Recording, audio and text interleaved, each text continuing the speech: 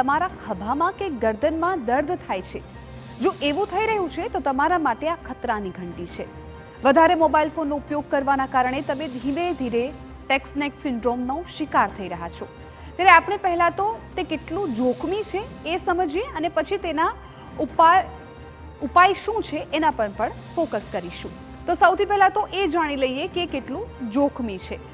માથું ઝુકાવવાથી વજન વધે છે. સૌથી પહેલાં એ જાણકારી હોવી જરૂરી છે, કેમ કે માનવ માથાનું જે વજન છે લગભગ 5 કિલોગ્રામ હોય છે અને સતત તમે ફોનનો ઉપયોગ કરો એટલે માથું નીચું ઝૂકે એટલે એના કારણે પણ તમને એ તમામ જે સમસ્યા હવે પછીની હું તમને કહેવા જઈ રહી છું એ થઈ શકે છે, જેના કારણે કરોડરજ્જુના ઉપરના ભાગ પર વજન છે એ વધારે આવતું હોય છે. પરંતુ 30 ડિગ્રીના કોણ પર આ બળ 18 કિલોગ્રામ સુધી વધી જતું હોય છે. અને જો એમાં તમે વધારે પડતો ફોનનો ઉપયોગ કરો છો, 45 ડિગ્રી જેટલું જો તમારે નમવાનું થાય છે તો એની પણ એક અલગ અસર થતી હોય છે. અને જ્યારે 45 ડિગ્રીના કોણ પર જ્યાં ઘણા સ્માર્ટફોન યુઝર્સ તેમનું માથું રાખતા હોય છે, એટલે આવા સમય તમારું માથું છે વધારે નીચે ઝૂકતું હોય છે. આ વજન 22 કિલોગ્રામ સુધી વધી જતું હોય છે, જે વજન તમારા કરોડરજ્જુ પર આવતું હોય છે ને આ વજન ચોક્કસપણે ખૂબ જ ખતરનાક છે સાબિત થતું હોય છે. એટલે આ જે સિન્ડ્રોમની આપણે વાત કરી રહ્યા છીએ, ટેક્સ્ટ-નેક સિન્ડ્રોમ, એમાં આ પ્રકારની અસર છે એ જોવા મળતી હોય છે. આ આટલું ખતરનાક અને જોખમી હોય છે.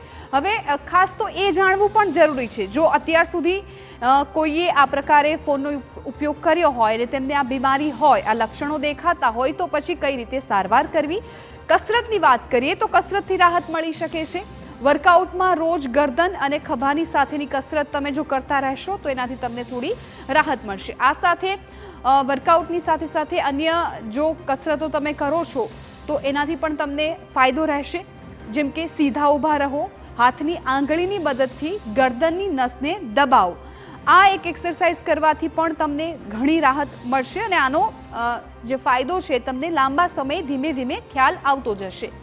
દિવાલના સપોર્ટમાં ઊભા રહીને હથેળીની મદદથી દબાણ કરો. આ એક એક્સરસાઇઝ કરવાથી પણ તમે આ સિન્ડ્રોમથી બચી શકો છો, આ દુખાવાથી બચી શકો છો. ગરદનને પાછળથી તરફ લઈ જાઓ અને આમ કરવાથી દર્દમાં રાહત મળશે. એટલે આવી કંઈક કસરતો છે કે જેનાથી તમને રાહત મળી શકે છે. અને ખાસ આજથી જ ટોયલેટમાં જો તમે સ્માર્ટફોન લઈ જતા હોવ, સ્માર્ટફોનનો ઉપયોગ કરતા હોવ તો પછી તમારે બંધ કરી દેવો પડશે, કેમ કે નહીં તો આ કોઈ પણ કસરત કામ નહીં લાગે. એટલે સૌથી પહેલાં તમારે આજથી આ અહેવાલ જોયા બાદ સ્માર્ટફોનનો ઉપયોગ બંધ કરવાનો છે. એટલે આ તમામ જે બાબતો આપને જણાવી એ બાબતો ખાસ ધ્યાનમાં લેવા જેવી છે, કેમ કે જ્યારે પણ વધારે પડતો સ્માર્ટફોનનો ઉપયોગ થઈ જતો હોય છે ત્યારે લોકોને આ સિન્ડ્રોમ છે એ જોવા મળતું હોય છે. હવે કેટલાક અન્ય ગ્રાફિક્સ દ્વારા પણ આપને સમજાવવું છે કે આ જે ટેક્સ્ટ-નેક બીમારીથી છે એનાથી કેવી રીતે બચી શકાય. કસરતથી પણ એને સોલ્યુશન લાવી શકાય એની આપણે વાત કરી, પણ આ સિવાય પણ શું કરવું જોઈએ. તો ટોયલેટમાં કે સતત મોબાઈલ ફોનનો ઉપયોગ તમારે ઓછો કરી દેવો જોઈએ.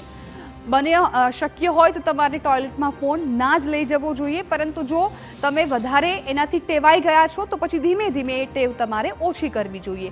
ટોયલેટમાં સ્માર્ટફોનનો ઉપયોગથી ફોનમાં વધારે પડતા બેક્ટેરિયા છે એ પેદા થતા હોય છે ને આ બેક્ટેરિયા તમારા ફોનમાં પણ જઈ શકે છે ને જેના કારણે એ બેક્ટેરિયા તમે તમારી સાથે લઈને આવો છો ને ત્યારબાદ આખો દિવસ તમે કંઈ પણ ખાઓ પીઓ છો અથવા તો કોઈ એક્ટિવિટી કરો છો ત્યાં પણ એ બેક્ટેરિયા સાથે રહેતા હોય છે ને અલ્ટિમેટલી ત્યાર તમારા સ્વાસ્થ્ય પર તેની અસર થતી હોય છે. સતત ટેક્સ્ટ મેસેજને બદલે વોઇસ કોલ કે પછી વોઇસ રેકોર્ડિંગનો પણ ઉપયોગ કરવો જોઈએ, કેમ કે આપને સૌને ખ્યાલ છે કે ટેક્સ્ટ મેસેજ કરતી વખતે તમારે સખત નીચું જોઈને મેસેજ કરવાના રહેતા હોય છે. આવા સમયે ક્યારેક તમે ફોન કોલનો ઉપયોગ કરીને અથવા તો કોઈ વોઇસ મેસેજ મોકલીને પણ કામ ચલાવી શકો છો.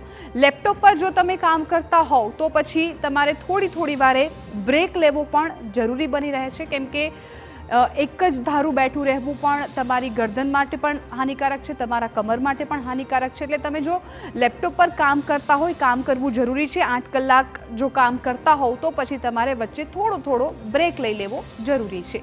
કામ કરતાં આરામદાયક ટેબલની પોઝિશન તમારે રાખવી ખૂબ જરૂરી છે. જ્યારે પણ કોઈ ઘણી વખત એવું બનતું હોય છે કે ઓફિસમાં એક સિસ્ટમ ફિક્સ હોય છે, પરંતુ વર્ક ફ્રોમ હોમ જો તમે કરતા હો તો એવા સમય દરમિયાન તમારી જે એક કમ્ફર્ટેબલ પોઝિશન હોય એ પોઝિશનમાં બેસીને તમે કામ કરી શકો છો અને આરામદાયક ચેર પર બેસીને પણ તમે કામ કરી શકો છો. ત્યારબાદ જોઈએ કે કઈ એવી બીજી બાબત છે જે ધ્યાનમાં રાખવાથી તમે આ સિન્ડ્રોમથી બચી શકો છો. ગરદન પર ખાસ તો ભાર ન પડે એ પ્રકારે જો તમે બેસતા હોવ, એ પ્રકારે તમે કામ કરતા હોવ તો પછી તમને આ સિન્ડ્રોમ નહીં જોવા મળે, અથવા તો જો એ શક્યતાઓ દેખાતી હશે તો તમે અગાઉથી સાવચેત થઈ જશો તો એનાથી તમે બચી શકશો. ખરાબ પોસ્ચરને કારણે ગરદનના દર્દ અને સોજો છે એ વધવાનો ખતરો હોય છે, કેમ કે સતત તમે ફોન પર અથવા તો લેપટોપ પર કામ કરતા હો છો, કમ્પ્યુટર પર કામ કરતા હો છો તો તમારી ગરદન છે ઝૂકેલી રહેતી હોય છે ને, જેને કારણે આ સમસ્યાઓ વધતી હોય છે. એટલે તમામ બાબતો જો તમે ધ્યાન રાખશો તો પછી તમે આ સિન્ડ્રોમથી બચી શકો છો. ફિગર આપનીમાં અન્ય મુદ્દાની પણ વાત કરીશું, પરંતુ હાલ એક નાનકડા બ્રેક માટે રોકાઈએ.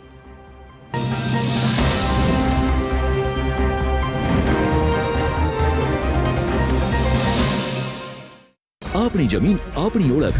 સમૃદ્ધ જમીન